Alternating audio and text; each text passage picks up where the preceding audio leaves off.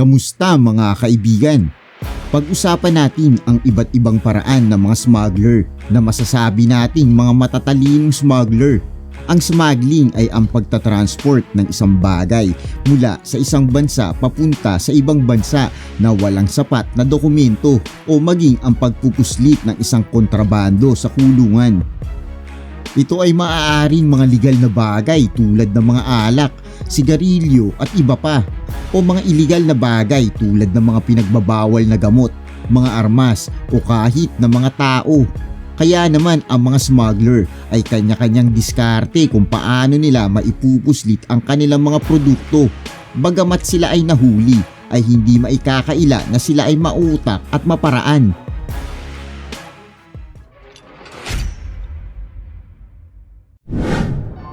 Breast implants. Naaresto sa Frankfurt Airport sa Germany ang isang 24 years old na babae matapos siyang makitaan ng cocaine sa loob ng kanyang dibdib. Nagulat kasi ang mga airport officials nang makita nila na nagdudugo ang ibabang parte ng dibdib ng babae. Agad-agad nila ito dinala sa pinakamalapit na ospital at nang suriin na siya ng mga doktor doon, napag-alaman nila na kaka-opera lang pala ng babae. At ang akala nilang isang simpleng breast implant lang ay isa palang cocaine implant na ang tansya nila ay may bigat na 1 kilo. Dahil doon nahuli nila ang smuggler at ayon sa mga otoridad ay lubhang nakakabahala ang ganitong paraan ng pag-i-smuggle ng droga. Sigarilyo sa loob ng troso. Sino nga ba naman ang mag-aakala na ang mga trosong ganito ay maaaring gamitin sa smuggling? Ganito ang ginawa ng isang grupo ng Russian smugglers noong 2015 na nagtangkang magpuslit ng libo-libong pakete ng sigarilyo mula Belarus papuntang Poland. Binutasan nila ang mga troso tsaka inilagay ang mga sigarilyo sa loob. Subalit pagdating sa Ukraine custom checkpoint, napansin ng mga Ukrainian officials na masyadong magaan ang timbang ng mga troso kesa sa dapat nitong bigat. Dahil doon nalaman nila ang mga modus ng mga smugglers. Umabot sa 25,000 na pakete ng sigarilyo ang nakuha sa loob ng 55 na kahoy. Ibabiyahe sana ang mga ito papuntang Poland tapos isiship sa Germany at UK na kung saan ay magiging triple o higit pa sana ang presyo ng mga sigarilyo. iPhone na dinikit sa katawan. Noong January ng 2015, may isang tao na nagtangkang mag-smuggle ng mga iPhone mula Hong Kong papunta ng mainland China sa pamamagitan ng pagdikit ng mga iPhone sa kanyang katawan gamit ang masking tape. Kung isa o dalawa lang sana ang dinikit niya sa katawan niya ay maaaring na ipuslit niya pa ito. Subalit 94 na iPhone ang tinape niya sa kanyang katawan. Nahuli siya ng mga custom officials sa kadahilanang hindi siya makalakad ng maayos dahil sa sobrang daming iPhone na nakakabit sa kanyang katawan. Kalapate. Ang kalapate ay ginagamit noong 12th century upang maghatid ng mensahe papunta sa ibang lugar. Subalit sa panahon ngayon ay ginagamit na rin ang kalapate para maghatid ng ipinagbabawal na gamot. Ang mga otoridad sa Kuwait ay nahuli ang kalapating ito na mayroong nakakabit na customized bag sa likod nito. At doon sa bag na yon ay may lamang 178 na ecstasy tablet.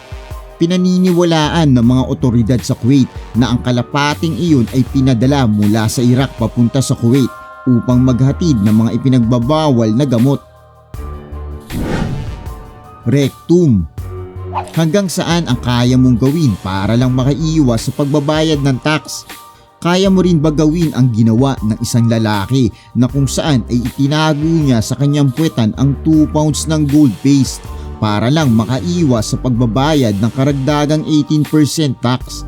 Muntik na siyang makalusot sa airport. Subalit sa kasamaang palad ay napansin siya ng isang opisyal ng airport na hirap maglakad at may iniinda sa ibabang parte ng kanyang katawan. Ang smuggler ay kinilala bilang si Muhammad Sharif at nang dalhin siya sa klinik ng airport para kunan ng medical exam ay dito na nakita ng isang doktor na nag-examine sa kanya na may nakatagong kakaibang bagay sa loob ng kanyang puwetan nang lumabas ang x-ray result nito. Nasa $56,000 ang halaga ng mga gintong iyon na nakita sa kanya. Upo ang tao. Sa mga borders tulad ng USA at Mexico ay normal na ang iligal na pagtawid ng tao na walang sapat na dokumento. Kadalasan sa kanila ay madali lang nahuhuli dahil na din sa kanilang obvious na paraan tulad ng pagtatago sa likod ng kotse. Subalit kakaiba ang paraan ng isang Meksikanong si Enrique Aguilar Conchola noong 2001. Sinubukan niyang tumawid sa border sa pamamagitan ng pag-disguise ng kanyang sarili bilang isang upuan ng sasakyan. Di rin biro ang hirap niya dito. Isipin mo na lang ang hindi komportabling posisyon ang kanyang kailangang tiisin bago siya makalagpas sa border. Ganon pa man ay hindi pa rin siya nakalusot sa mga napakahigpit na seguridad at nabuking siya pagdating sa San Isidro border. Bata sa maleta. Ang nakakalungkot na litrato na ito ay nagtrending sa social media noong 2015. Dito ay makikita ang isang 8 taong gulang na batang lalaki na nakasiksik sa isang maleta na nagmula sa Ivory Coast matapos siyang ipuslit ng kanyang sariling ama. Ang mga prosecutor ay nagbaba ng pasya ng 3 taong pagkakakulong sa nagpakilalang ama ng bata na si Ali Otara dahil sa pagsasagawa ng iligal na pagpasok ng kanyang anak sa Europa at paglalagay sa panganib ng buhay ng bata. Nabuking ang smuggler dahil sa pagdaan ng maleta sa scanner ay nakita ang nakakaawang bata sa loob nito habang nasa hindi komportabling posisyon. Handa naman humarap sa korte si Ali at pinanindigan na hindi siya isang smuggler o human trafficker. Abokadong may lamang cocaine. Lahat ng bagay pwede mo masmuggle basta madiskarte ka. Tulad na lang halimbawa ng nasa videong ito na kung saan ay makikita natin ang tumpok-tumpok na abokado na nasa tansya ng mga pulis ay ginagawang instrumento para magpuslit ng cocaine. Sa isang hindi pinangalanan na pamilihan sa Colombia ay nadiskubre at nakumpiska ng mga lokal na otoridad doon ang halos 468 kilos na cocaine na naipon sa loob ng bawat abokado. Ayon sa mga otoridad doon ay sadyang nagiging mautang at malikhain ang mga smugglers. Kaya kung hindi sila magiging mahigpit at masuri ay malamang makalusot ang mga iligal na mga bagay na ito at makakasira sa mga buhay ng maraming tao. Delivery drone. Dahil sa napakahigpit na seguridad sa mga bilangguan, napakahirap na rin magpalusot ng mga kontrabando o mga bagay na bawal sa loob ng kulungan. Subalit dahil na rin sa pag-unlad ng teknolohiya, ginagamit na rin ito para makalusot ang mga kontrabando tulad na lang sa kuha sa videong ito, kuha sa isang kulungan sa Euclid, Ohio. Habang naglalaro ng cornhole ang mga inmates ay bigla na lang may nahulog na package mula sa kalangitan. Ito ay may laman na cellphone at iba pang kontrabando na pinadala gamit ang drone. Naging talamak ang paraang ito kaya naman agad humanap ng solusyon ang mga otoridad tulad ng pagpapalipad ng mga drones na may net at pag-train sa mga ibon na kayang dagitin ang mga drones na mapapadpad sa paligid ng kulungan. Sasakyang puno ng bala. Sa Brownsville, Texas, ang mga nakaw na sasakyan ay kadalasang ginagamit para makapag-smuggle ng mga iligal na bagay patawid sa border. Para maiwasan ito, isang special unit ang binuo upang masinsinang siyasatin ang mga soon-to-be exported na mga sasakyan. Ang isa sa mga kotseng ito ay may mga senyales na binago lalo na sa flooring ng likurang bahagi nito. Kapansin-pansin rin na inconsistent ang mga screw sa bed lining. Para mapatunayang gamit nga sa smuggling ang sasakyang ito, gumamit sila ng specially trained na aso.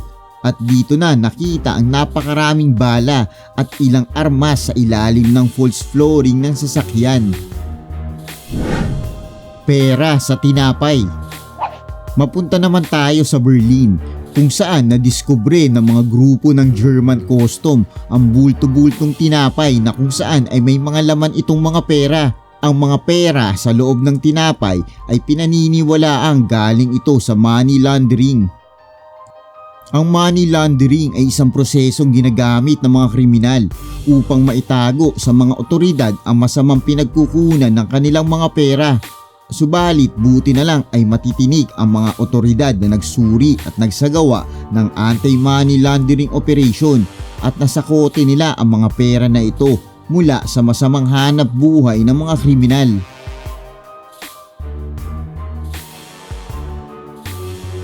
Mga kaibigan, iyan ang mga iba't ibang paraan ng mga matatalinong smuggler. Ano ang masasabi nyo dito? Alin sa mga yan ang nagpabilib sa'yo? Dito na natatapos ang ating video. Huwag natin kakalimutan mag-like, subscribe at pakipindot na rin ang notification bell. Salamat!